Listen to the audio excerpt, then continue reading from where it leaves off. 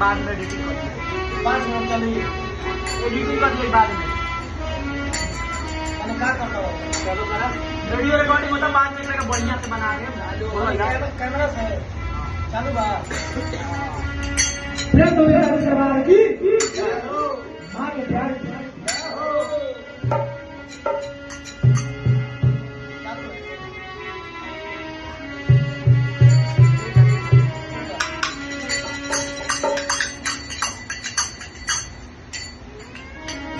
आई वो हर नाम ऊपर तो ले लो लड़का प्रेम तो मेरा सरदार की मां के प्यार की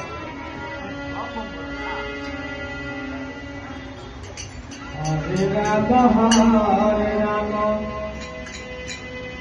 राम राम हरे हरे हरे राम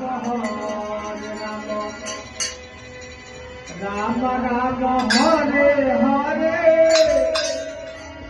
हरे कृष्ण कृष्ण कृष्ण हरे हरे